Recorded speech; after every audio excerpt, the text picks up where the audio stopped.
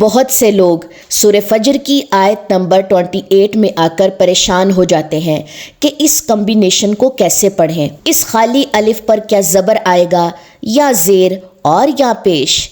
تو چلیے اس بات کا خلاصہ کرتے ہیں۔ شروع میں اگر حمزہ وصلی خالی ہو اور اس کے بعد والا حرف بھی خالی ہو تو تیسرے حرف کی حرکت کو دیکھا جائے گا۔ اگر تیسرے حرف پر زبر یا زیر ہے تو حمزہ وصلی کو زیر دی جاتی ہے۔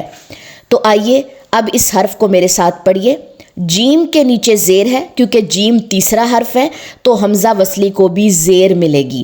تو یہ کیسے پڑھا جائے گا؟ ارجعی، ارجعی۔ یہ را بھی موٹی پڑی جائے گی کیونکہ ہم نے حمزہ وصلی کے نیچے عارضی زیر لگائی ہے، یہ اس کی خود کی نہیں ہے، اس وجہ سے را بھی یہاں پہ موٹی پڑی جائے گی۔ ارجعی۔ اب اس پوری کمبینیشن کو پڑھیے۔ ارجعی الی ربک راضیۃ مرضیہ۔